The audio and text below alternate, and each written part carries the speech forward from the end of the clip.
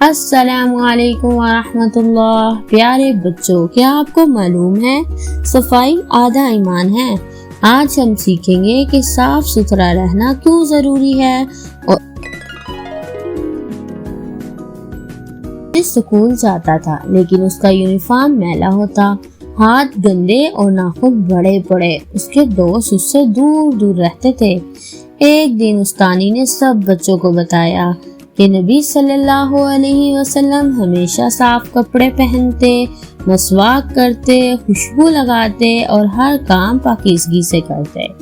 ماجد نے دل میں سوچا، میں بھی تو نبی صلی اللہ علیہ وسلم سے محبت کرتا ہوں تو مجھے بھی صاف رہنا چاہیے۔ اگلے دن وہ نہا کر آیا، صاف کپڑے پہنے، بال بنائے اور مسکرایا۔ سب دوستوں نے کہا، واہ ماجد، تم تو نبی صلی اللہ علیہ وسلم والے لگ رہے ہو۔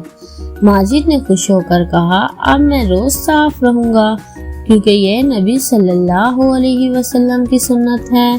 اللہ تعالیٰ فرماتا ہے، ان اللہ یحب التوابین ویحب المتطہرین۔ بے شک اللہ پاک صاف رہنے والوں سے محبت کرتا ہے۔ اللہ تعالیٰ ان لوگوں سے محبت کرتا ہے جو خود کو صاف رکھتے ہیں، ظاہری بھی اور باطنی بھی، جسم صاف، دل صاف، زبان صاف، یعنی کوئی حسد نہ ہو، گالی نہ ہو۔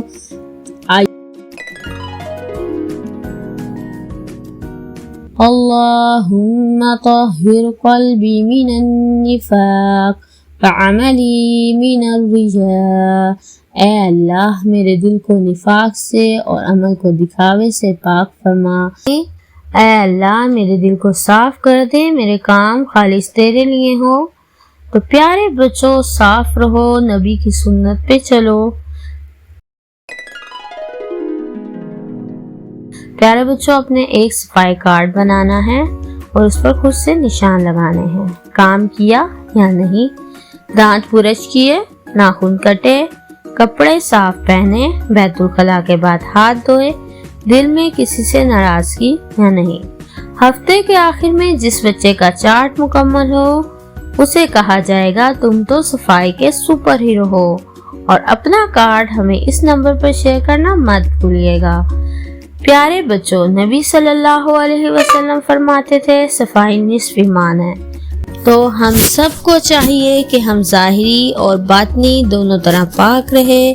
اللہ ہمیں صاف ستھرا، سچا اور نیک بچہ بنائے، آمین۔ اللہ حافظ۔